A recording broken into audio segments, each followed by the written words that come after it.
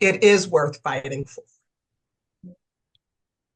I remember when I started seminary a few years ago, um, there were a set of stairs that really did not meet safety requirements. These were the most rickety stairs I had ever experienced before in my life. And those were the stairs that we had to walk down to get to the laundry room. And I kept saying, oh, I guess they want us to really think about how much do you want this thing? Do you really want to wash these clothes, or would you rather go to a local laundromat that's safer for you? Or do you want to stay in this building? And I kept reflecting on that. How much do you really want it? And as I reflected on that with regard to getting to that laundry room and traversing those very precarious stairs, I thought about that in relation to everything in my life. There's some things I say I want. Like for years, I said I wanted to lose weight, but there was the issue of how much do you want it? And some of you who may know me, you've only known me at much larger sizes. And some, as I lost 80 pounds, some said, oh, wow, you're so skinny. And I'm like, well, I used to weigh a lot less even than this. But how much do you want it? How much do you want peace in your life? In the midst of a world that right now is so filled with chaos and confusion and insecurity of many kinds. The question, how much do you want it? The question of, is it worth fighting for, is absolutely critical with regard to everything in our lives.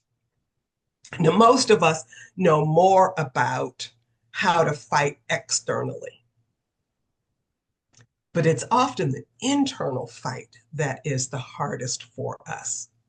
And the internal fight is so critical because it gives us the juice, if you will, that we need to deal with the external fights.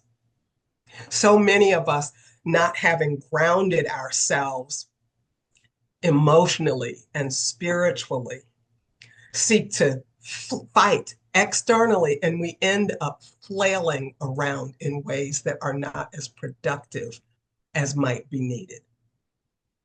We're in a moment now where we need every one of us to do the inner work, that spiritual work, that emotional work that grounds us, helps anchor us, helps us to know what our values are, be really clear about them, because there will be so many things that leave us in conflict about our various values.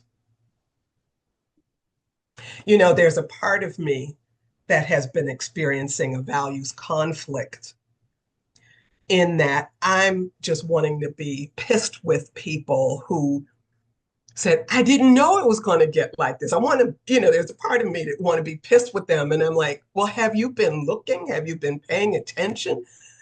Have you not believed what certain people have said they would do? And I want to stay pissed with them about that.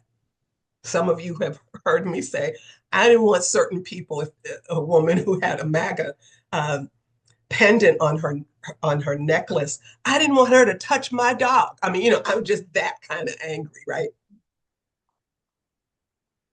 And that's an important value for me to say. I don't want close energy with folks who have remained concerned only about their own lives, their own small tribe with the small t.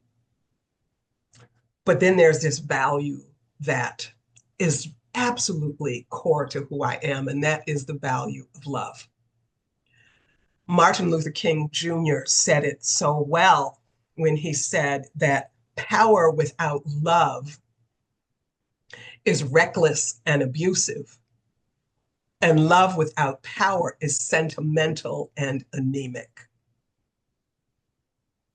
And Audre Lorde reminds us that often we might want to fight using the masters, that's whoever is in power in the moment.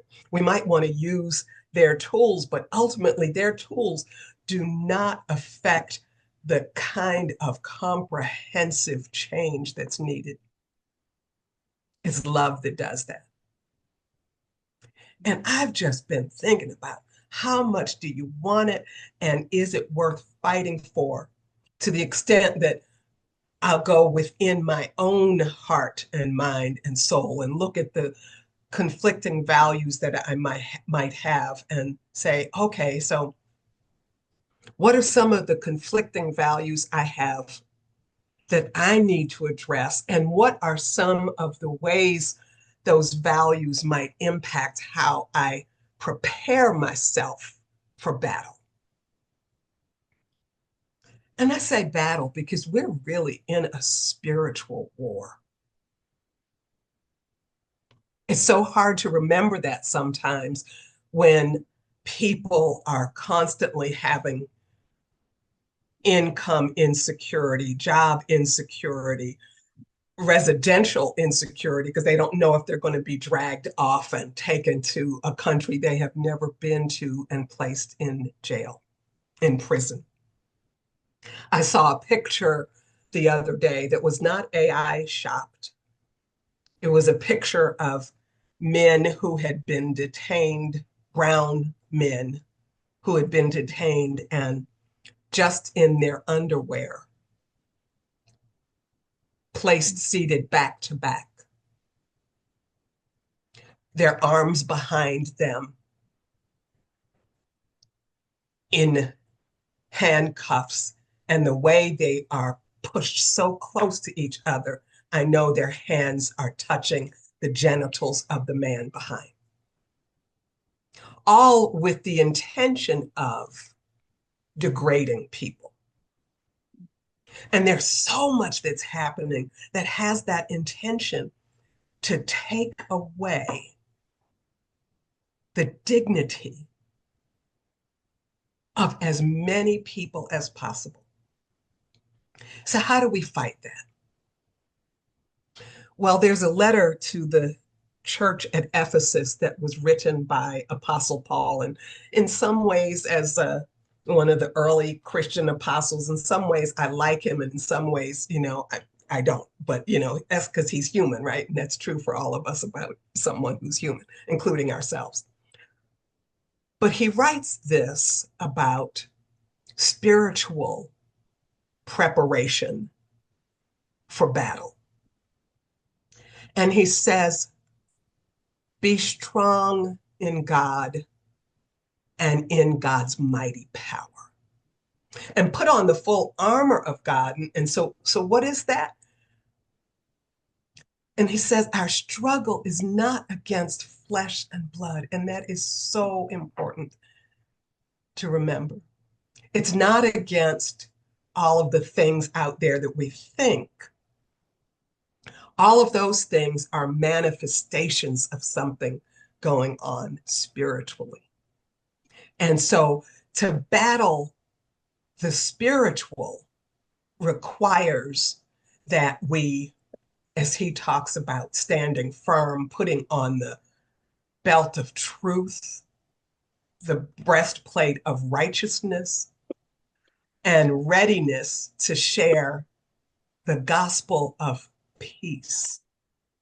He talks about the shield of faith that can extinguish all kinds of arrows that can be thrust against you, and the helmet of salvation. Now, how you define what salvation is, that's something so broad for so many of us. And lastly, he says, the sword of the Spirit. This is the passage that came to me from Ephesians 6:12 through 18 today, really urging all of us to do the kind of spiritual work and the internal preparation so we have what we need for these days and weeks and months and years ahead. But this I know, that ancestors are with us. Those who have been through a range of tests and trials and tribulations, they are with us. And I urge you not to try to do this by yourself, but to have a community of people, those you can see, those you can touch, but also those you cannot, and call upon them to have your back, to give them your support, because we wrestle not with flesh and blood, and we need to know how to fight this fight. Amen.